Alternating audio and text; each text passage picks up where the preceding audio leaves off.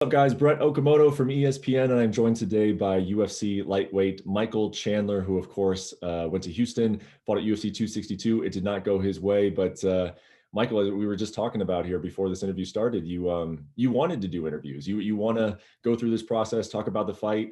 You even went to the press conference the night of in Houston. How come? Why do you want to get your set? I mean, it'd be easy for you to just kind of walk away, let the dust settle, and then come back and talk to us later. Why do you want to get some things off your chest right now? Yeah, you brought up the press conference. I mean, obviously, both my managers and my wife was there, family, coaches, everybody was like, "Hey, man, you don't need to do the press conference." But for me, I think you just can't do the things when they're easy. Of course, it's much easier to go up to the press conference when you got the belt and you got the win. It's much easier to do the interviews when you got the win. Whenever you can talk about the positive things, talk about the uplifting, the happy, the way things work out well for you. But man, this journey isn't about just the wins or even the losses. The journey is about the process. And the loss at UFC 262, it's part of this process. Maybe it's the beginning of the end. Maybe it's a beautiful setback that will set me up for a triumphant comeback. We don't know. It remains to be seen. But I made a big mistake. I won't call it a mistake. I learned a lot from my first loss back in 2013. I lost my first fight.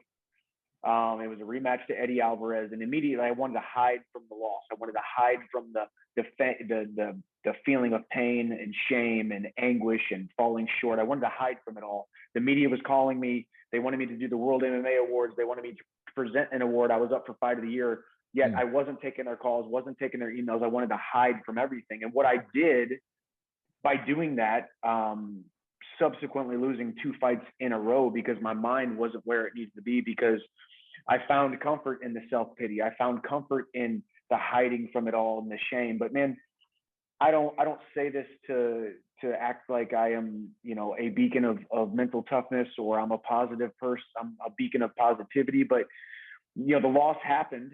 And I still feel like the same man I was walking into the octagon against Charles Oliveira as I am losing the fight to Charles Oliveira. And we're going to move forward, and we're going to rip off the Band-Aid, so to speak. And I'm going to talk about it because I think there's a lot of lessons that can be learned. I think there's a lot of gleaning of seeing.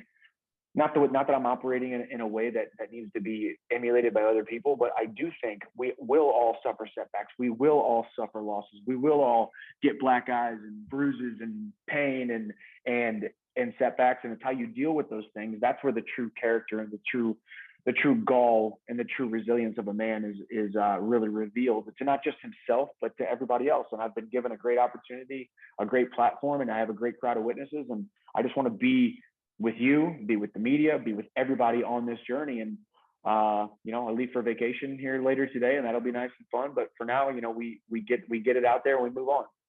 Well, I know the media is always appreciative when, someone loses a big fight, comes and talks to them that evening. But, watching that press conference in Houston, man, I think it was hard for me to watch. I think that was hard for some other media members to watch, fans, because, I mean, you handled it very, very professionally, but you were also, you could tell all those things that you just described, anguish, disappointment, all that stuff. I mean, it felt like you were holding back tears during that whole thing. I mean, what's it like to go to a podium and to talk to the people in the room, but also know it's being broadcast to, hundreds of thousands of people watching it, and to be feeling the way you were feeling? Like, what was that experience like to go to that press conference?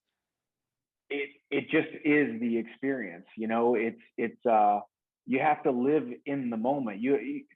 If you really look at this like it's more than a sport, if you really look at this like it's more than the X's and the O's, it's more than the punches and kicks and knees and elbows and grappling. If you look at it like this is a process, like this is a platform, like this is just a season of life, there's going to come a moment when I hang up my gloves for the last time that I'll never get to do a press conference again. I'll never get to do a post-fight press conference, win or lose, belt or not, win or loss, And so you just got to, did I want to? Not 100%, but I knew I needed to. And life is all about doing what you need to do and not what you want to do. And I have every excuse, every opportunity, every out, every way that I could have gotten out of it, or every way that I could just hide from this all and just be surrounded by my 4 walls here in Nashville or go on vacation. But I wanted to I wanted to get on the microphone and just I wanted to answer the tough questions. I knew the questions were going to come about the loss, the finish, the how close I was. I mean, part of the pain of all of this is how close I was to finishing Charles Oliveira in round one. How I was within a fraction of a second from Dan Miragliotta saving Charles Oliveira from taking any more damage, and me hoisting up the lightweight title. 21 years of hand-to-hand combat, dedicating myself and my life and my entire being to athletics, first in wrestling and now in mixed martial arts. I was that close to tasting the ultimate accomplishment that we all want, which is the UFC title, which is becoming the #1 guy in the world. And on my record, it was a loss inside the octagon after Bruce Buffer said his name and not my name. It's a loss. It's a loss inside mixed martial arts, but in a lot of ways, it was a win. You know, I got the opportunity to fight for a world title. I put my best foot forward. I can tell you right now, since the moment Hunter Campbell called me and I said yes to fighting Charles Oliveira May 15th, I lived my life like a champion. And I can tell you right now with 100% confidence, when I walked to that octagon throughout the entire week, entire fight week, the entire fight camp, I was over 100% confident that I had made all the sacrifices necessary to be successful and win the UFC title. Inside the octagon, you know, obviously the fight played out how it did, but I fought my hardest. It was an entertaining fight. It was a good fight. People enjoyed it.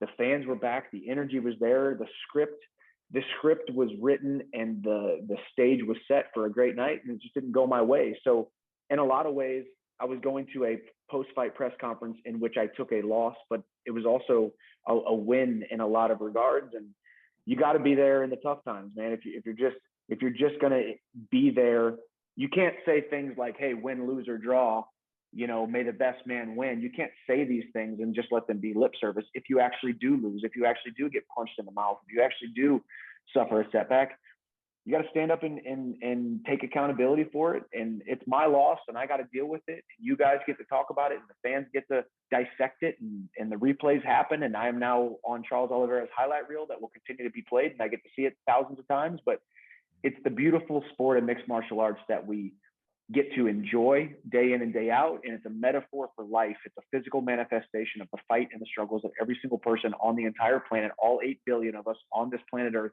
are going through every day, and how we operate after setbacks and losses will speak volumes about our character and who we are and our message that gets to come across. And if a couple people can be touched by and made to feel something by me showing up at that press conference and answering the tough questions and fighting back tears and talking about how I promised my son that I was coming back with a belt.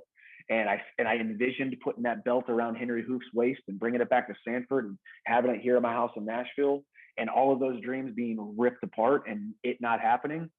It's just real life stuff, man. I'm just a dude, just a normal dude, just like you, just like everybody listening today. And I think that gets lost sometimes as professional athletes, as professional fighters. It gets lost that we are just human beings, and it's just a struggle that I'm going through right now. And we will come back from this setback. And I do believe I'll wear the UFC gold before my career is up. So it's all just part of the process. That sequence in the first round where you did have him hurt and he was kind of on all fours and you're looking for the finish. How much has that you spoke about it just a little bit. How much has that haunted you over the last 5 days, and how much do you think it will continue to haunt you? I mean, I just feel like it's probably playing just like do you just remember every single shot? I mean, are you replaying that over and over again? I mean, how much has that haunted you in the last 5 days?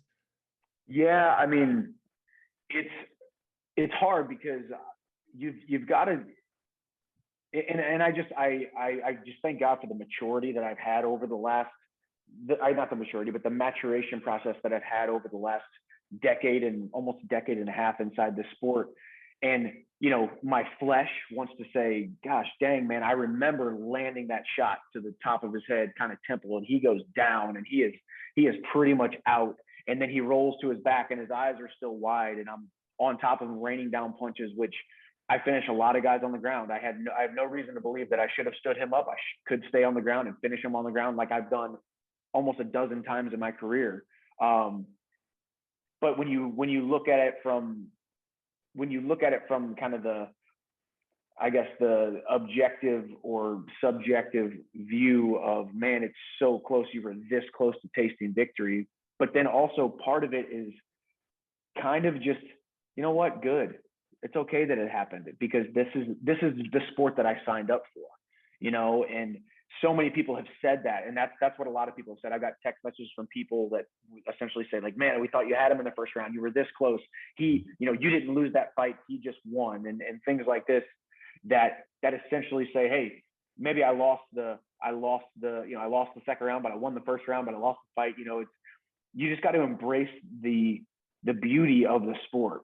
That is the beauty of the sport. That's why you love the sport. That's why I love the sport. That's why every fan, or even casual fan of the sport, loves the sport. I was in the driver's seat. I was this close to finishing a guy. Charles Oliveira, I don't think, has lost a round since 2017, until he lost a round to me, and it was a 10-8 round on 2 judges' scorecards. So, I don't say that to like church up my performance and justify the loss, but this is the beauty of mixed martial arts. It can turn on a dime, and the fight can be over, and everybody's jaw could be dropped. I think when the fight ended in the second round, with the way the fight was going, I think everybody in Houston at the Toyota Center, and everybody watching on pay-per-view was like, how the heck did this just happen? Because I was in the driver's seat and I was winning, and I was, but it's the nature of the business, and you can't. I've done that to people a dozen times in my career. I all of a sudden, boom, you land a shot and you're like, holy cow, that was easy. Holy cow, the fight is over, and it's just the ebbs and the flows, the ups and the downs, the beauties and the pain of mixed martial arts. And, the hardest thing about moving forward after the loss is trying to keep a positive outlook on it. But every now and then, bam, it creeps in, bam, a snippet from the fight comes in, or I open up social media and I see a highlight, or I see Charles Oliveira. The funniest thing about this whole process too is, like, when I see Charles Oliveira holding the belt, I'm not mad at him. I'm not even mad at myself. I don't look at it like this is Charles Oliveira versus Michael Chandler. I look at this like this is the sport of mixed martial arts, and this is how it happened, and this is how we must embrace the sport itself. Even after the fight, there was somehow a feeling of, you know what, good for him, man. Good for him. He did it and he won. This is the way it was supposed to be. And I don't know if that's a weird feeling. I don't know if that might make people think, Chandler didn't want it bad enough. He should hate Charles Oliveira. He should hate Philip Foss. He should hate this all. I don't have any hate in my heart towards this whole thing, man. I was the I don't want to say victim, but I was the guy who ended up with a negative outcome inside the craziness of mixed martial arts, and it was the victim of the circumstances at hand. And man, the better man won that night. I could fight him 10 more times and I could win 10 more times. This is just the nature of the business. And, we'll see what's next. The finish itself, the left hook that he landed on you, when you watch that, at the night of, you said, I zigged when I should have zagged and I got caught. Is it that simple, or did you make a mistake? Like when you look at how he beat you, was that an error on your part? How do you view the finish? Errors are tough in the sport because it is a game of inches, a game of millimeters. I mean, look at the right hand left hook that I missed him by in the first round by literally, a gnat's eyelash. If that punch lands, we see an exact repeat of the Dan Hooker fight, and he's out 100% if that hook lands. I threw a right hand to the body, and he followed up with the left hook. Going back and watching the fight, that was a read that I maybe should have made, because he was going heavy with the left hook. And it's funny too, you got the armchair quarterbacks and the Monday morning quarterbacks on, the people who don't really, they watch the fight, and it's very easy for them to watch it and say, hey, you should have watched out for the left hook. He was throwing it, telegraphing it since round one. So how the heck did you get hit with it? For me, I also, just like I talked about my wrestling game being more of an anti-jiu-jitsu style, my striking game is very much offense heavy. And a lot of times my hands are up. A lot of times I do block punches. A lot of times I do get right out of the way and do the things that we train. But you're also in these exchanges that are extremely fast, that are extremely powerful, that we are winging a professional athlete who's been training for over a decade. He's been in the UFC since 2010 and started fighting years before that. Been fighting for 15 years. He's got long arms. He's got a left hook, a powerful left hook, and he's got 4-ounce gloves. And I got nothing to protect my chin. It's a recipe for disaster. So I won't. I don't want to say that I'm not saying that it was a mistake, because I do want to take accountability for the things that I could have done right or could have done better, or the things that I did wrong in the fight. But I also think it's just, I hate to say zig when I should have zagged, because people are like, well, Chandler said that a ton, but it really is kind of just how it is. You're making split second instinctual decisions inside these exchanges, and you get caught, just like he got caught in the first round and almost got finished. And so, yeah, if my right hand was up, probably wouldn't have got, finished. But we move forward, we recalibrate, we reassess, and we rebound.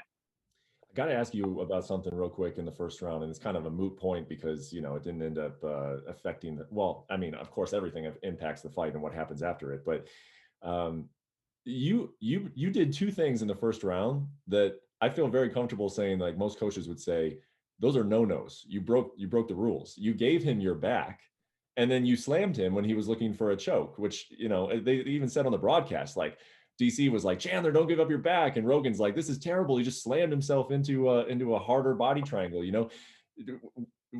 Is that correct? Like, did you break some rules, or do you think that those rules are not correct? Or like, can you talk about just those two decisions? Because I think in the moment that caught a lot of people off guard. They're like, hey, Chandler, you're not doing what you're supposed to do in those circumstances.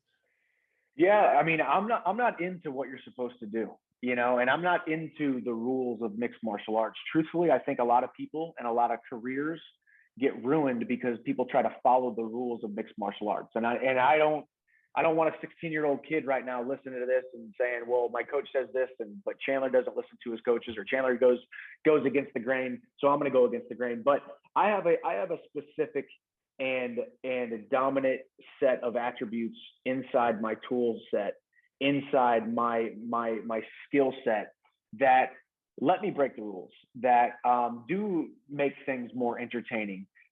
If you go back and watch my fights in the past, I've given up my back numerous times, and I've never been choked, and I've never had my back taken for very long, because what did I do? I got the one-on-one, the hand control. Charles Oliveira has long legs. He had a figure four wrapped around my body. He's the best grappler on the entire planet at 155 pounds. Most submission wins in UFC history. I broke the rules. I gave him my back. I gave him the position in which he has finished the majority of his submissions with, which is a rear naked choke whenever he takes your back. Yet I got out, I ended up on top, and then I was able to dominate from that top position. And then, yeah, the slam, I think from the position that I was at, if you notice, he had two hooks in, and it's much harder from that position when I had the 2-on-1 to get out from the position I was in. I got a 170 something pound man on my back, putting all my weight down towards the ground. And for me to be able to get to my feet and then shimmy him off of him, the chances of him being a tight holding kind of spider monkey backpack like Charles Oliveira can be, he could have his eyes closed in there and just flow and just keep staying on your back. And if I stand up, try to take him to the cage, I'm going to burn out my legs. So I just wanted to get some action, get some movement. I did it in wrestling a lot, as far as like, if there isn't action happening, if we aren't moving forward, if there isn't some kind of something happening action wise, I'm going to make a decision that may be ill-advised, but also be entertaining. And I think that's why people are going to love my style. I think that's why I will gain fans through losses. I will gain fans and support through losses, because win, lose, or draw, go back and watch every single one of my 28 fights, win, lose, or draw. I've never been in a boring fight. I've always brought it. I've sometimes made questionable decisions. I've sometimes broken the laws of mixed martial arts, as Daniel Cormier and Joe Rogan and John Anik and probably 70% of the arena and 70% of the people watching on pay-per-view would have said, why did he do that? Mm-hmm. But it worked out well for me, and it does. I may get stand corrected someday, but for now, man, I'm just in there flowing, and there's nothing better than flowing and moving and just letting the fight progress, whether you make the right decision, make the wrong decision, or anything in between. It was fun, and I lost the fight, but like you said, it was a moot point. But I think it's great to have Charles Oliveira take your back, him not even get close to choking me reversing the position, me slamming him. And people know when Michael Chandler steps inside the octagon, there's going to be some fireworks happening, win, lose, or draw. And that's really what matters too, because we are in the entertainment business and we are in the dominate your opponent business. And dominating my opponent was exactly what I did in round one. And you said that, you know, the belt is still your goal. Charles Oliveira is not your goal. If he's holding it, great. You know, if he's not, the belt is your goal. After being in there with him, what does your gut tell you? You think that guy holds on to the belt? You think when you make your way back to the top and you fight for a UFC championship again, do you think it's against Charles Oliveira? I mean, that's a hard one to answer, because if I say no, then everyone's going to say, well, but you lost to him, so you got to give him some props at least. But I do give him props. I do think Charles Oliveira is world class. But I think the beautiful thing about the lightweight division is, man, this belt could change hands every single fight. Look at the top five and look how close we all are. Look at the degree of separation between 1, 2, 3, 4, 5, 6. Like, we are great athletes, man, power in our hands. Every single one of us is well-rounded, great grappling, explosive and exciting fights. So the degree of separation is really where the rub is. It's really where the rubber meets the road in this division. I believe I am a split second away from beating anybody in the top five for the belt or not for the belt. And I think every single other guy in the top five is in that same position. And that's why the lightweight division is the most exciting, most electrifying division in the UFC. And I'm glad to be right in the mix of it, right in the thick of it. And my next fight against whoever it may be, when it may be, is going to be a good one. And I got nothing but fun, exciting fights for the rest of my career right here at the top of the division at lightweight in the UFC. My gut says, you know, I mean, obviously Charles is going to fight Poirier or Conor next. I think he's got a good chance against either of those guys, but I think it's a 50-50. I think every single fight in this lightweight division is a toss-up, and that's a beautiful thing for the fans. So, you know what my last question is going to be, Michael, is, you know, you just said it, whoever my next fight is against and whenever it is, answer those questions for me. Who do you think you're fighting next, and when do you think it takes place? That's a hard question, man, because this sport moves so fast. The circumstances surrounding each fight and each fight booking happens. I mean, look at my road coming into the UFC. Well, number one, man, it's been nothing but a whirlwind since September when I signed with the UFC. Even nothing but a whirlwind since August before that, and even March before that, whenever I started my last training camp, when I knew I was going into free agency. It's been nothing but a whirlwind. It's been a crazy hard year, being away from my family and training nonstop and being in training camp. The toll it has taken on my body. So I want to give myself a little bit of time off. I will say I want to enjoy the summer. And when I say enjoy, I mean, I'm still going to be training every single day. I'm not going to be sparring and taking any damage, because obviously I took damage in the fight. Longevity and my health is my number one priority. Number one, so I can continue on this journey. And number two, so I can win the world title. And number three, so I can, you know, be a high functioning individual when I do hang up the gloves for the last time. So taking a couple months off, take the summer off, reassess who it's going to be, see what happens in the division. Obviously we have Conor and Poirier happening. Benil Dariush says he wants to take a little bit of time off because he's having a child. Congrats to him on the new child soon, as well as the new Tesla. Sounds like him making us think, got him a Tesla. Good thing for him. You know, Tony Ferguson's going to need some time off.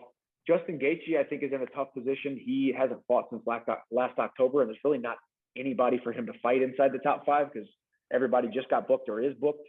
So it's an interesting time for him.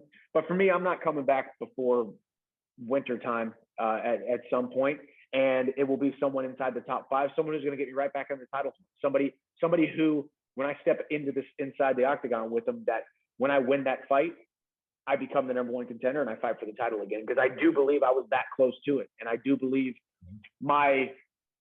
what I've done since I got into the UFC is indicative of me being that close to a title shot again, me winning another fight inside the top five.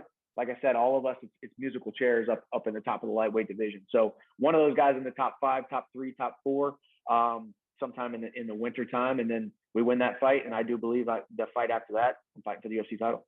Yeah, well, I love it, man. I mean, as much as of course me, you know, being the one asking the questions and the headlines, I would love for you to give me a name, but everything you're saying makes sense. Take some time off; it's well deserved. And you're right, this sport moves very, very quickly. But whatever you come back to, your options will be good at the end of the year, I'm sure. So maybe it's an immediate rematch against Charles Oliveira for the title. Who knows, man? Probably not.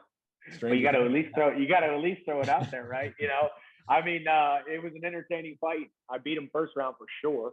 But then again, I also got finished. So, you got to, the fans will be up in arms if that happened. They'd be like, okay, we're done with this Chandler guy, Dana White privilege. But, it's all fun, man. It's all good stuff, man. All I know is I hope people were entertained. I hope they are picking up what I'm putting down in this journey that I'm on and having a blast. And I appreciate you, man. Thank you. Yeah, man. I know you don't have a belt, but I'd say your UFC career is off to a good start. Nevertheless, yeah, it's been fun so far. So, looking forward to the next move and enjoy your summer, Michael. I'm sure we'll talk again soon. We will talk often because I ain't hiding from this thing, man. We're heading to the top. So, appreciate it, bud. Thanks for watching ESPN on YouTube. For live streaming sports and premium content, subscribe to ESPN Plus.